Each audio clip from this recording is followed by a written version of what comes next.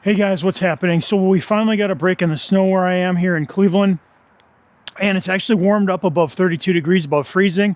So, but I got a lot of salt, and I want to do this follow-up to the winter wash video that I did to kind of actually give you a demo about what I was trying to explain in that video. And we're not going to talk products too much. There is one name that I'm going to have to drop, but anyway, I kind of want to show you what's going on here, and well, let's just get to it. All right, so we still have some snow on the ground here, not too much. A lot of it went away, but hopefully you could see this. We have a whole lot of salt on the side of the car, and yeah, it's just pretty nasty. So anyway, I'm going to show you the demo on how I get rid of this kind of safely using Rinseless Wash. So I'm going to go grab my equipment, my tools, and well, I'll be right back. Okay guys, so we got my tools together. Wash bucket, use whatever you got. You know, this one was like 15 bucks on Amazon, something like that. But anyway, you can get them cheaper. And then, you know, we got our wash sponge, our grit guard, some detail spray, for the end if you want. My sprayer, again in the winter I like to use just a small sprayer is good. And then the two products that I didn't mention in that winter wash video is the Preludio Alkaline and the Preludio Acidic. I have a video on that on the Labo Cosmetica Preludio, because depending on what you have on the surface here, these things can absolutely be game changers and really help you out, especially if you're rinseless washing. And then obviously I have my my gloves that I was mentioning in that video, and you know, both cotton gloves and these, and then my bucket of rinseless wash. So oh, and before I get started, let me show you something, because this is kind of important, okay? Because a lot of you guys talk about stain sponges, and as you can see hopefully right there, all right, I have a stain right on that sponge, and I really didn't know how I got it. I picked it up the one day out of the bucket, and I wasn't sure. And, well, this is why. It's your grit guard. Now, we all know that you have to wipe out, because a lot of that stuff collects in the bottom of your bucket, okay? So what I usually do at the bottom of the bucket, I dump it out, and then I put a little bit more rinseless wash in there. A lot of times I'll swish it around, dump it, and then I'll take an interior towel that I have that might be going in the wash, and I just wipe out the bucket. It gets it nice and clean. But what I usually don't do is clean this off with like an APC or scrub it out. And what I found though is that there's a ton of stuff that collects inside here. In fact, you could see on the bottom. Let me hold this still so you could see. All right. You could see the traffic film or the film of dirt inside there. And what I found was that when I left this in there wet the one day, I had this sitting in here, and then I had like a bottle of spray kind of sitting on top of that like that. But it pushed the sponge into one of those crevices, and yeah, I got dirt on there, and now like it won't come off. So anyway, be careful. You could stain your sponges literally with your grit guard. So keep that clean, keep your bucket clean, keep your grit guard clean too. So anyway, let me dump the rinseless into my bucket here, and we will get started on the door. All right guys, so we have all this dirt on the door here, and so all I'm gonna do, I got my wash bucket in front of me. I just showed you all that stuff, and now this is the pre-spray. This is the kind of important part, okay? Because we're just gonna go along and just spray the entire area that I have all that salt, okay? And now I'm just gonna let it sit here for a couple, you know, as long as I can. 30 seconds to a minute generally. I mean, you're doing a rinseless wash, you don't want it to take forever. But you know, you just kind of want to pre-spray. You want to let that salt kind of emulsify with that rinseless dilution that you just made up. Now, a couple things to look for. In fact, let me get closer. This right now, you can still see some water behavior, some beading going on. It's not completely sheeting off the surface right there. If for some reason that this was completely sheeting off. If the Rinseless didn't even want to stick to this, what that means is that you have a bunch of contamination on your paint. You are going to need something heavier duty like an APC, a pre-spray with an APC, a high alkaline product. Since I'm doing a rinseless, okay, I would spray with my Preludio that I made up. And again, that video will be linked at the end. But if I saw that sheeting behavior going on where nothing stuck to this and it just kind of left, you definitely need to spray it with something heavier duty. You do not want to just leave it like that and just go over it with your sponge. You're going to make a mess for yourself. So always watch out for that, okay? You don't need it beating like that. Like, hopefully you can see that. You just don't want it to be completely sheeting off. And in fact, if I look at the bottom of the door, it actually kind of looks like that. It looks like it did sheet a little bit more, so I probably have a whole bunch of contamination on there. So what I'm going to do is I'm just going to come back a little bit with my my Preludio alkaline, and I'm just going to spray the bottom there and kind of clear up, or attempt to clear up some of that traffic film that built up on the bottom. All right, that's just going to help you out. That's going to keep your sponges from getting stained. It's just going to break down all that stuff. And, you know, in fact, you could kind of see it just dwelling on there right now. That's kind of what you're looking for. It's just breaking down. Now, the longer you can let that dwell, the better off you are. Obviously, you don't want it to go more than a couple minutes, but if you can go more than like 30 seconds up to a minute, that's what you're looking for. And in this case, it's above freezing, so I would normally, like on this, I would do like this. I'm on the back door right now. I could even do the front door. I could do like the whole side of the car. Spray it, and then instead of just panel by panel, or in this case, door by door, I would do like the whole side of the car. But that's what we're looking for. We're going to let it break down.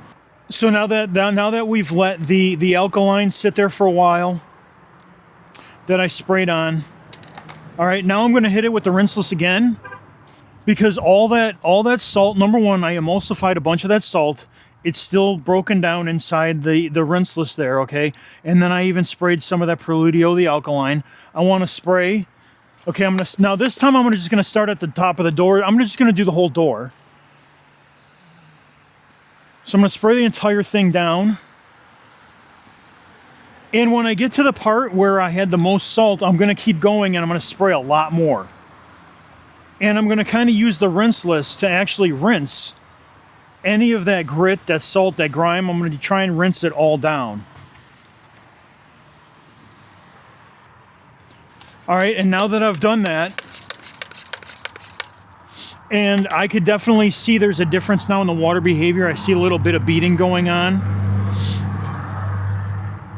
I see more beating going on. I don't see the sheeting going on with the Rinseless, so that Preludio has actually broken down some of that traffic film. And now I can actually come in with my Rinseless wash, and sorry, that's off camera, but now I could come in with my Rinseless and just work my way down the door. All right, you can see how dirty that nasty stuff is, and I still have a good portion of the door. I'll flip the sponge. Don't be afraid. You know, sometimes you can't work, and make sure you go slow and deliberately. This is like when you have this much stuff, you don't want to rush. Slow and deliberate wins the race on this one. All right, and as you could see, now we have a lot of dirt both sides, and honestly, like, I love these sponges and even the Rinseless that I'm using, because if I just dip it and then squeeze it out, you could see, look at that, nice and clean. And all I have left is that that little stain that I mentioned earlier. So anyway, that's basically how I do it. Now, if you notice that there's still no beading, or there's less beading, if I go back again, okay, because this is super nice and clean, if I go back again and I spray and I don't see those beads of water that I'm looking for, which in this case I do. But if you don't see those beads of water, you can come back with the Preludio acid and just spray the acid on the surface there. All right. And then you're going to let it dwell for as long as you can. Again, you know, the way this works is there's like basically a pie chart. You know, there's chemical, chemical, time, and mechanical agitation. In fact, Reggie from Labo Cosmetica can illustrate this way better than I can. But basically, the more time you allow, the less dilution you need, or the less strength of product you need, or the less mechanical agitation you need. So the longer you can let that sit, the better off you are. But anyway, we're just going to go back now because this is a rinseless. The Preludio is rinseless. All right, we can just go back and go over that with our rinseless, with our sponge.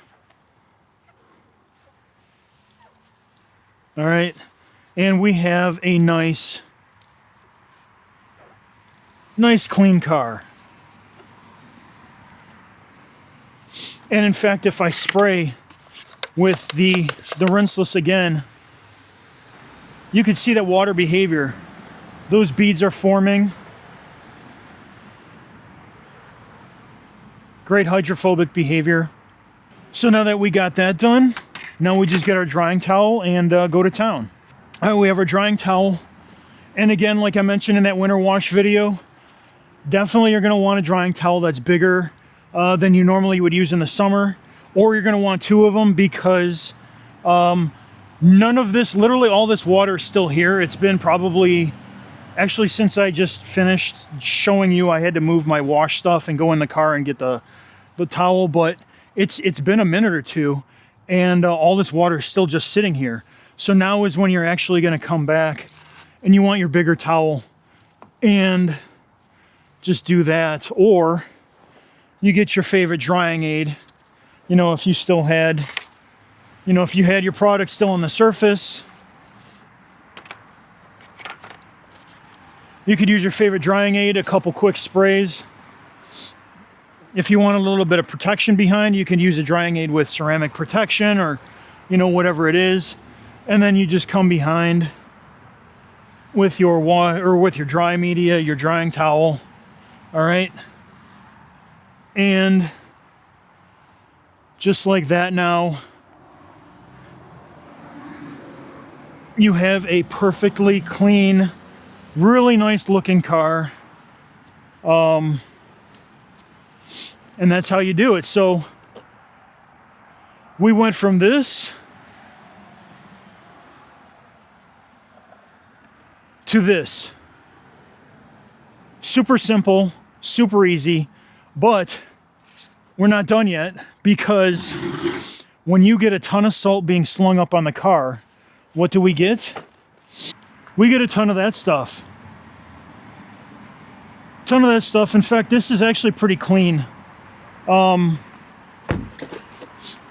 seals on this, the door seals on this, work really good. I'm going to take you over to the car where the door seals are not nearly as good as the weather stripping isn't nearly as good as this. So let's head over there. All right, so this is real easy to show you on the car because of the color and because of how bad the door seals actually are on this one. But I get a ton of salt along the whole bottom. So after I do a rinseless, I just come in with my my Waterless and I give it a good soak because I'm trying to emulsify all that salt. All right. Let it dwell for a minute.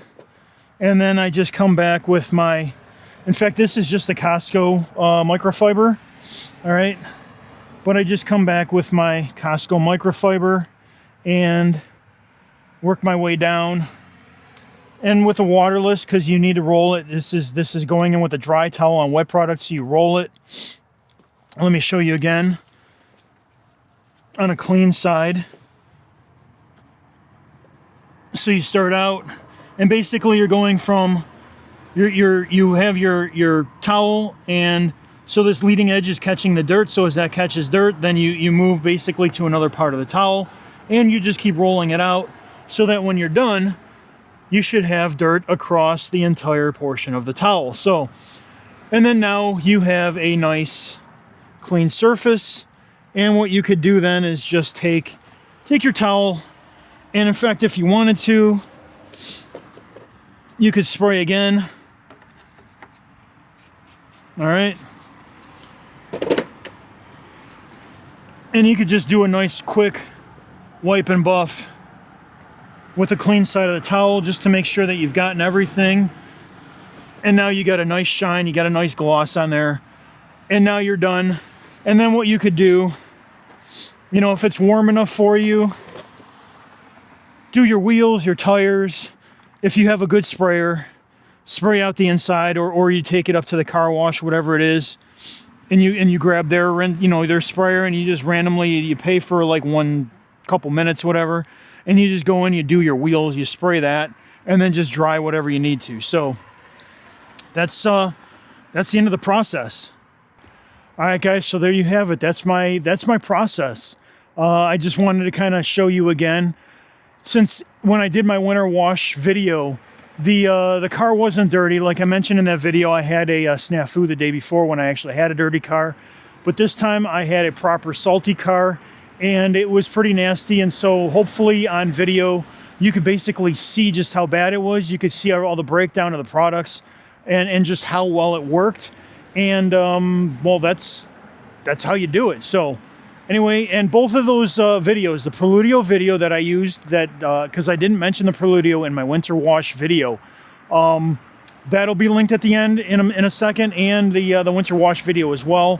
But again, guys, you know, as always, thank you for watching, and I'm almost near 1,000 subscribers at this moment, and I want to thank each and every one of you for hitting that subscribe button. So you have a great day. We'll talk to you later. Bye.